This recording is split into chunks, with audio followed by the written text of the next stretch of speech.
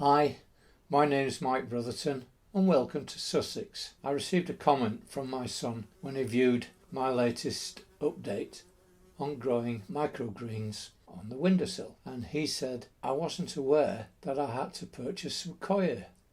What's the coir for? And I explained to him that this series of videos, it's a learning curve in the growing of some proper vegetables quickly on your windowsill, and this is the first stage. You grow cress, which is a garnish. That is part of the learning curve. The first stage is learning to grow it in kitchen roll, and then you progress to coir, and when we're happy with using the coir, we'll then go on to a proper vegetable such as pea shoots, till we finally end up with broccoli shoots or sunflower seeds. Oh, he said, well, I'm sorry, but to help me, could you send me your storyboard that you did for growing the cress? And I said yes. And I thought, well, if my son has had a problem in knowing what's to come, then other people will. So here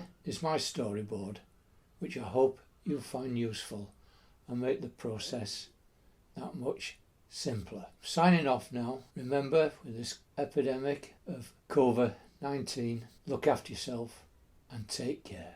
And bye.